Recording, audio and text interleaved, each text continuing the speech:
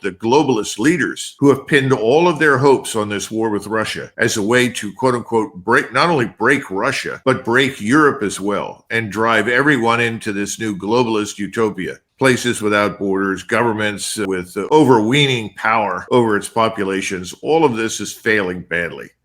So what you get is a return to hostility. Look at Hungary, look at Slovakia, Croatia, even little Slovenia. Everybody's looking at this and saying, this is not really what we want. The Austrians certainly don't want it. The president of Finland was interviewed recently, and he got as close to renouncing this dumb decision of joining NATO as I think he could at this point. But he raised the issue, said, perhaps what we've done isn't really sensible. Maybe it wasn't necessary. This is happening right now. Von der Leyen has no power whatsoever. She's increasingly a figurehead. Paris,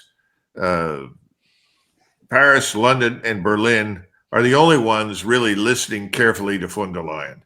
The Dutch, the Norwegians aren't in it, but the Dutch are there, but the Dutch shrink to almost total insignificance in the context of this whole strategic development. The bad news is that we don't seem to understand that this sinking ship cannot be righted. We can't fix it. They're deeply in debt. They're on the road into economic disaster, just as we are. So you put the whole picture together, it's worse than a clown show, because some of these people are seriously delusional. They don't seem to understand they're not living in the world they think they live in. And that's where we are. I don't know how you fix this, because President Trump is right there with them. He's decided to hitch his boat to the sinking EU Titanic. What a waste of time. Yeah, it's really quite stunning. And in fact, it's interesting while we continue in the West to demonize Russia, and I've shown Mark Rutte here many times, Keir Starmer, Merritt's especially, just called him a thug and a war criminal and all that. When you see what the Russian side is saying to this, especially about this new threat of sanctions here, they still seem pretty calm and pretty professional and respectful. Here's Dmitry Peskov addressing the threat of more sanctions.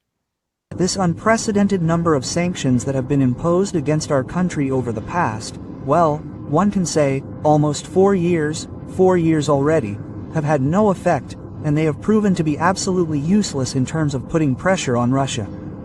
Russia consistently welcomes the point of view repeatedly voiced by the head of our state that it would be preferable for us to achieve our goals and ensure our security by political and diplomatic methods. But at a time when this is impossible due to the lack of reciprocity on the part of European states, on the part of the Kyiv regime, we continue a special military operation. And no sanctions will be able to force the Russian Federation to change this consistent position, which our president has repeatedly spoken about. We intend to continue moving in line with the peacekeeping efforts that the United States of America, President Trump personally, is making. So they're still trying to reach out to Trump. They're still trying to say, hey, we're willing to talk to you guys. But they are unequivocally saying, and Putin himself said this a couple of days ago, we'll achieve our security objectives at the negotiating table or on the battlefield. As simple as that. And one thing I think, Doug, is just appears to be lost on many Westerners, or at least that's how it seems to me, that this is an existential issue for Russia. Even if they actually had economic pain or something, I think the idea and the belief, and tell me if you think this is different, is that, well, if it gets financially painful enough, then Russia will just stop. But I don't think there is any pain pressure that will cause Russia to stop what they're doing until they achieve it, because they view this as an existential threat. If you're sitting in Brussels or Berlin or Paris or London, and you objectively look at how money has been invested over the last 20 years, and I'm talking about money globally, you know that the Chinese have invested roughly $1 trillion in this One Belt, One Road project. And this project is all about transportation, infrastructure, pipelines, trying to knit together in some reasonably organized and integrated fashion all the potential trading partners on the Eurasian landmass and Africa together. That's $1 trillion. The United States alone has spent somewhere between $9 and $14 trillion, depending upon whom you want to refer to as a source. On what? On crushing Afghanistan, crushing Iraq, advancing into Syria, crushing Libya. In other words, we've wasted trillions and trillions on unprofitable wars of intervention that have brought us nothing but grief, in Europe nothing but an invasion of people that they don't want and can't maintain. So at some point, somebody in Europe, and I think Orban is leading the charge on this, but I think the rest of them are going to wake up and say this is a dead end, especially when it becomes clear that the Russians are not interested in marching all the way to the Polish border. Not to say that they won't do it if they're forced into it, but the bottom line is that's not what they've been about. They've never been about, well, we just want to capture more and more territory. Russia is already the largest country in the world. How much more territory do they need? And I think the answer is not much. But they've effectively reconquered or retaken or re-annexed what was new Russia under Catherine the Great. That's something that made sense because the people that live in those areas were Russians culturally, linguistically. They're happy to do that. We don't seem to want to recognize any of that. We seem to want to maintain this artificial construct called the Cold War in new form. It's a dead end. It's not going to work. And I think the Europeans, who are now approaching a depression, frankly, total destruction in industrial and scientific terms, are simply going to wake up, put new people into power. They're coming. It doesn't matter how hard Merz tries to keep the alternative for Germany out of power. It doesn't make any difference. They're going to come to power. And when they come to power, they're going to reverse all of this. And the first place they're going to go is Moscow. They're going to have a meeting right away. And they're going to throw out all this nonsense. And you're going to see the Germans march out of NATO at high speed. And remember that one of the arguments for all of this nonsense was we have to keep the Germans in NATO. That's part of the rationale for hostility to Russia, because that means Germans and Russians won't cooperate. And if Germans and Russians don't cooperate, we can live with the status quo in Washington in perpetuity. Everyone is vassalized in subordination to us. All of this is failing. It's all going to collapse.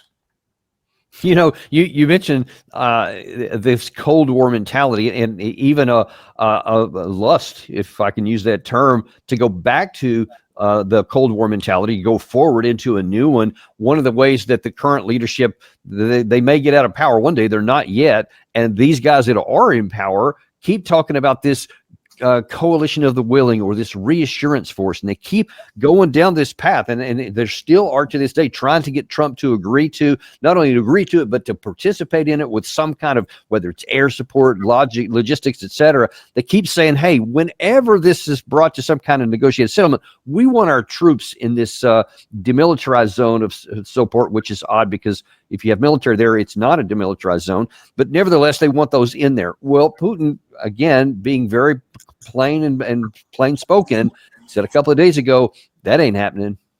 If some troops appear there, especially now while the fighting's continuing, we proceed from the premise that these will be legitimate targets for destruction.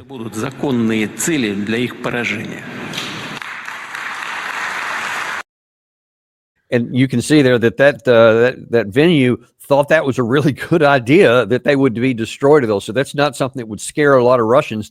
Many of them are actually pushing more aggressively in that path now. What does that tell you about the state of affairs and the likelihood that this war can come to any kind of conclusion soon? Well, there are two things that have to be taken into consideration. The first is the use of this terminology, coalition of the willing. This goes back to the 1990s.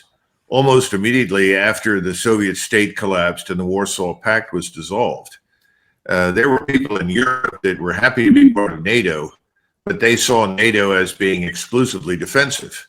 And so when the Yugoslav Civil War peaked and we made the decision to exploit the confusion and chaos in Yugoslavia by attacking the Serbs, whom we blamed, rightly or wrongly, for everything that was wrong in Yugoslavia and in the Balkans, you immediately had to turn to this new phrase, coalition of the willing, because most of your alliance members were not interested in going to war with the Serbs. In other words, they weren't interested in a military intervention and sustaining it. So we held these meetings to get people on board to supply troops, to provide resources. And so many members would say, okay, well, we'll ship you some trucks. We'll send a medical support team, but we don't want any soldiers involved. We have to understand that the notion of a coalition of the willing within the framework of the NATO alliance is an expression of weakness, not strength. I mean, if you're trying to convey the impression to the Russians that you have this enormously powerful alliance that stands to destroy them or defeat them if they refuse to do whatever it is we want them to do, and you turn around and say, oops, well, wait a minute, what we really have is a coalition of the willing. And that means, the French and British armies that together, they're actually meaningless as in a hill of beans concept. They're just not meaningful forces.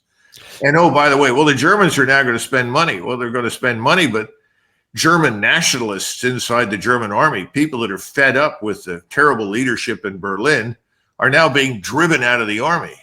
Well, if you're going to drive nationalists out of the army, you're not going to have an army. That all of us, everyone who serves in his respective or her respective country in uniform is by definition a nationalist. So the whole thing is a catastrophe. It has no chance of success.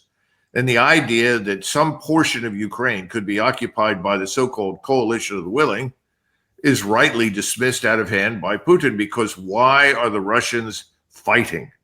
They are fighting to prevent adjacent territory from being occupied by foreign forces that are hostile to Russia. Now, if that's the raison d'etre for the war, why would anyone think that you could pick a piece of Ukraine, whatever is left over, and say, well, we'll settle for this. So we have our toe in the pond. We can say we still own a portion of the pond. It's meaningless. It's stupid. It's unacceptable. But that's let me ask you just on the logic of it, because we to the Western audience, it does sound tough. It's, man, we're going to put these combat troops in there, and that's going to be a real deterrent. That's going to keep Putin from going further, and it will serve as a deterrent for him to do that in the future. But then one has to ask, and I think that the Russians are very keenly aware of this, is that if you're not willing to fight for Ukraine today, why do you think that they would be willing to fight and die for Ukraine tomorrow? I don't understand the logic of that. Well, this has always been the issue. The real question, I think it was Anatol Lieven who raised the issue. He said, this will be decided by the people who are willing to fight. In other words, the Ukraine war. He said, now the Ukrainians are willing to fight, but what about everybody else in NATO? And that answer was, well, not so much. And the one nation that sent forces over there and swore allegiance to the Ukrainian state and died in great numbers for the Ukrainian state were the Poles. And now the Poles at least have sobered up to the extent that the new president says there will be no more Polish soldiers in Ukraine. Well, that's a good thing. But in the final analysis, your point is accurate. Nobody's interested in dying in Ukraine.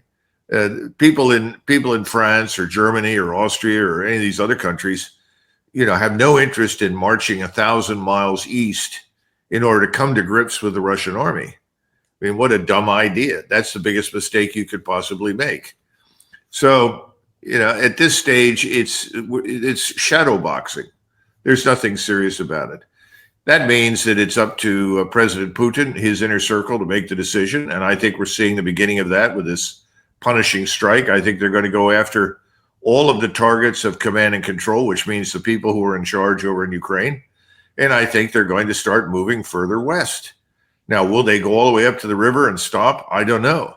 But if you talk in terms of creating neutral zones and occupied zones, the Russians will have to go through because they won't accept that.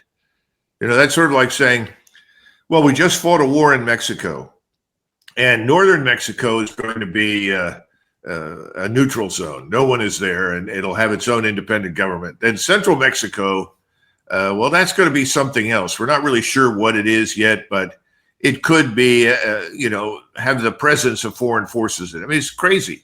We would never accept that. Why would the Russians accept it? So we need to be honest, but we don't want to be honest, because to be honest means the premise for the war itself was always stupid. It was never correct. It was never necessary. We created this mess, and I'm serious. It's Washington, because you pull us out of this equation, it's over. And President Trump should understand that, but he is doing the opposite of what I thought he would do. He's doubling down on the policies of his predecessor. He's making a confrontation with Russia over Eastern Europe, over Eastern Ukraine, more likely, not less likely. And we all know another war is beginning to take shape in the Middle East. That's inevitable. Does he really think he's going to get any cooperation out of Moscow or Beijing or anybody else in a war between Israel and Iran? No, he's not. You know, this is the sort of failure to think on multiple levels. No one looks at the implications. No one has done, as we used to say in the Army, branch and sequels for an operation. None of that has happened. And unfortunately, that's not something that President Trump is inclined to do. He's very resistant to the kind of study and preparation that would go with a meaningful summit.